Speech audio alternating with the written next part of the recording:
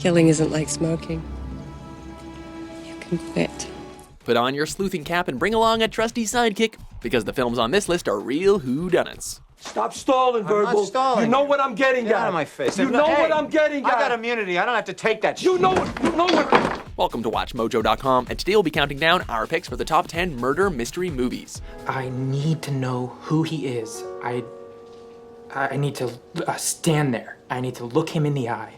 And I need to know that it's him. For this list, we're looking at films that stray from the formulaic plot structure that makes it easier for the audience to follow, keeping the killers in the dark from the audience until the very end. Is that my daughter in there? Look at my eyes! Is she in there? As a result, we'll be skipping over movies in which the acts of murder are committed in the beginning or are witnessed by the main characters and/or the audience, therefore leaving less mystery around the cases. Examples include Silence of the Lambs, Rear Window, and Psycho, with the latter also being an instance of a film where, while we don't know who the killer is, there isn't someone trying to uncover any mystery throughout per se. Oh, what's in the box? What's in the f***ing box? Number 10, Vertigo. Only one is a wanderer. Two together are always going somewhere. John Scotty Ferguson, a private eye with a fear of heights, tails a friend's wife for an investigation. Not only does he fall madly in love with this Madeline, but his condition also appears to cause her death. Oh, it's too late. Something I must do. No, there's nothing you must do. However, after the fact, Scotty continues to see a woman that looks eerily similar to his deceased love interest. Hello, my love. Like me? Was Madeline's death faked to cover up the true crime being committed? This Hitchcock classic is a masterpiece that confronts the ideas of obsession and doomed love. I loved you so, Madeline. Scotty. I was safe when you found me. It is also the first film to feature a dolly zoom technique that has since become a staple in the industry to evoke feelings of confusion, suspense, or disorientation. There was no way for them to understand. You and I know who killed Madeline. Number 9, In the Heat of the Night. They call me Mr. Tibbs. When a wealthy investor is murdered, the police are under pressure to make an arrest. They've got a murder they don't know what to do with. They need a whipping boy. Despite initially being suspected of the murder, Black Detective Virgil Tibbs reluctantly agrees to help identify the true killer. Why can't you look at this one? Why can't you look at it for yourself? Because I'm not an expert. Tibbs is forced to work with the prejudiced Chief Bill Gillespie, but the two slowly begin to foster respect for one another as they investigate the case. You take care. You hear?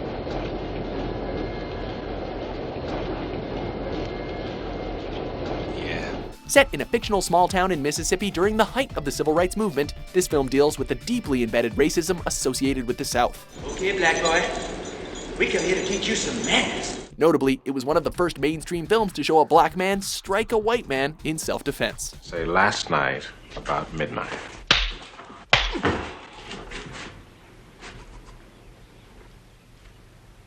Gillespie. Yeah. You saw it. Number 8, Murder on the Orient Express.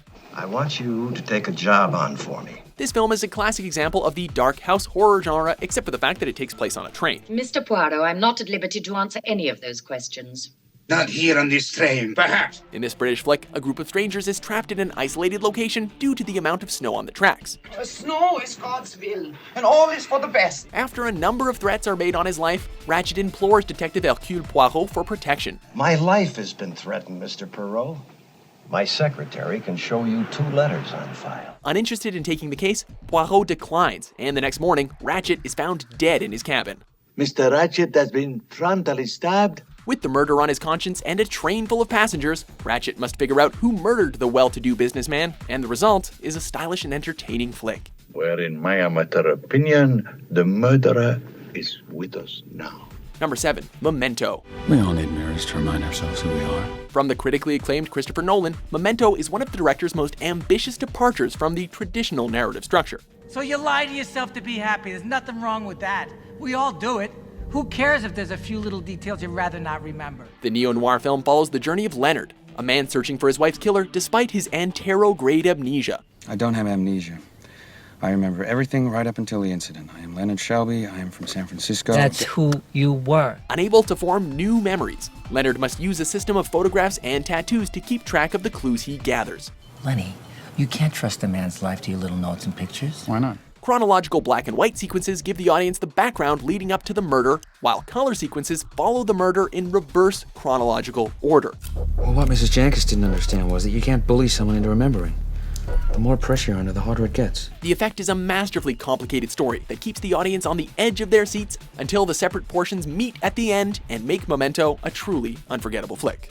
How am I supposed to heal if I can't feel time? Number 6, LA Confidential. Oh, great. You get the girl, I get the coroner. This entry contrasts the investigative methods of 3 drastically different detectives in 1950s LA. Ed Exley serves as the righteous hand of the law, agreeing to testify against crooked cops. Justice has to be served. Of course I'll testify. Bud White is the hothead with a penchant for roughing up criminals.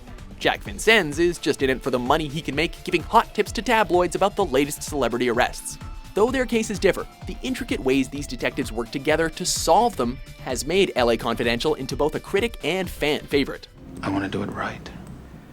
Even if it means paying the consequences. Much of the story is based off real events involving police brutality and gang-related crime, and that realism definitely shows. How'd it hang it, Sid? Down around my ankles. Number 5, The Usual Suspects. One cannot be betrayed if one has no people. A brutal gunfight on a ship leaves all but 2 dead, and police soon discover that they must try to locate the infamous mobster Kaiser Soze. There is no Kaiser Soze. The bulk of the film is told through flashbacks by a 2-bit con artist named Verbal Kint. Every creeping scumbag that works the street for a living will know the name of Verbal Kint. As he tells it, after meeting in a police lineup, 5 criminals enter into a scheme to pull off a heist together.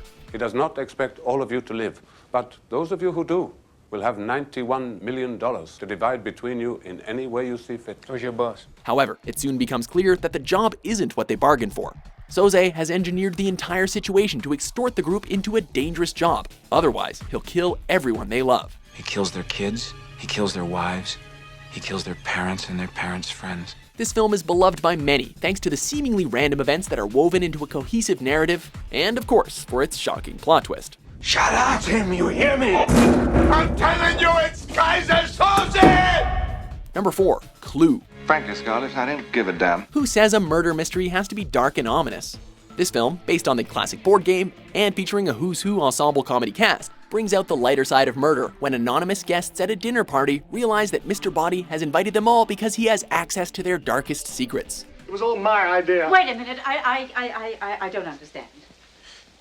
Why did you invite us here to meet your late employer? Were you assisting him to blackmail us? Certainly not. Faced with blackmail, one of the guests takes the opportunity to murder him while the power is out. Now the guests must discover the true identity of the killer before they are killed next. Then you shot him. I didn't. Well, you had the gun. If you didn't shoot him, who did? Nobody. Look, there's no gunshot wound. When the film was originally released, different theaters were given one of 3 endings to create a unique viewing experience for each audience. So it's not surprising that Clue ultimately attained cult status. Now, there's one thing I don't understand. One thing? Number 3, Chinatown. Hello, Claude. Where'd you get the midget? This Roman Polanski film tells the story of Jake Kitts, a small-time PI who spends his days chasing cheating husbands. When a wife tells me that she's happy that her husband is cheating on her, it runs contrary to my experience. While investigating an engineer for the LA Department of Water and Power, Jake realizes he's been set up. The woman who hired him wasn't the real wife, and the next day the engineer is found dead in a reservoir. The point is I'm not in business to be loved, but I am in business. And believe me, Mrs. Mulray, whoever set your husband up set me up. In a place as dry as Los Angeles County, the price of water is going up, and someone is killing to control where it goes. You steal the water from the valley, ruin the grazing, starve my livestock. Who's paying you to do that, Mr. Mulray? The title symbolizes the feelings of confusion and frustration police often felt when investigating in Chinatown, while the neo-noir flick itself earned 11 Oscar nods and a spot in the National Film Registry. You've got a nasty reputation, Mr. Gibbs. I like that. Number 2, M.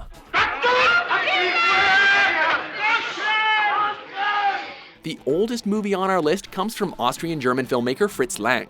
After a series of child murders, the police tried desperately to find the killer by shaking down known criminals. Aus bestimmten Anzeichen geht hervor, dass auch dieser neue Mord von demselben gespenstischen Unhold begangen wurde, dem bereits 8 Kinder unserer Stadt zum Opfer gefallen sind. Upset by the interruption of their businesses, the crime bosses themselves take the matter into their own hands. Trotzdem haben die Nachforschungen bis jetzt nicht das geringste Resultat gezeitigt, ebenso wenig wie die allnächtlichen Razzien in den Verbrechervierteln. M criticizes the ability of the police to catch murderers despite the new forensic tools at their disposal, and warns parents about child neglect. Kein Kind dieser Stadt darf einen Schritt tun, von dem wir nichts wissen. Ja gut, aber wie? Lang also presents the moral contradiction of criminals, including other murderers, who take it upon themselves to catch the killer. Den Taschendieb festnehmen. Das könnt ihr, weiter könnt ihr nicht. Fangt doch lieber den Kindermörder. His first sound film, M is also notable for Lang's use of several new techniques that made it into a cinematic masterpiece. Seid doch vernünftig. Zurücktreten da. Alle zurücktreten. Before we pull back the curtain on our top pick, here are a few honorable mentions. Why would a young lady like you want to know about such an awful murder? It interests me. Does it? Her husband was the first suspect. The husband is always the first suspect, and usually the last. Daddy, don't tell me you're making a big mistake. I didn't kill anybody. I swear. This whole thing's a setup, a scam, a frame job. Out! Eddie, I could never hurt anybody. Out! I can't confirm that he didn't open his window and go down the fire escape. Okay, Brendan, we're going to ask you to take a polygraph. You think you'd be up for that? I loved her so much. Greed, sloth, wrath, pride, lust, and envy. Well, I still do believe in God, only. I believe in God and mercy and all that, but the dead are happier dead. Number 1. The Maltese Falcon. You're a good man, sister. Approached by a beautiful bombshell to find her missing sister, Detective Sam Spade quickly finds himself in a complicated murder plot with a priceless Falcon figurine in the middle. This film is notable for both the top-notch casting of Humphrey Bogart and Peter Lorre, as well as the technical direction of John Huston. You're a close-mouthed man? I like to talk. Better and better. I distrust a close-mouthed man. Despite the Maltese Falcon being his first film, Huston was able to use peculiar lighting and unusual camera angles to make it an iconic film. Huston also challenged the physical limits of cameras at the time with intricate flowing shots. I'll think again and think fast. I told that gunsel of yours you'd have to talk to me before you're through. I'm telling you now, you'll talk to me today or you're through. What are you wasting my time for? I can get along without you. All of these aspects combined to make it a classic film noir murder mystery you can't miss. You and your stupid attempt to bite. Temida found out how valuable it was. No wonder we had such an easy time stealing it. You imbecile, you bloated idiot. Do you agree with our list? Is there anything so terribly wrong about making a decision and wanting to hurry? What's your favorite murder mystery movie? Oh, yeah, such as... The game's up, Scarlett. There are no more bullets left in that gun. Come on, you don't think I'm gonna fall for that old trick? For more intriguing top 10s published every day, be sure to subscribe to WatchMojo.com. That was good.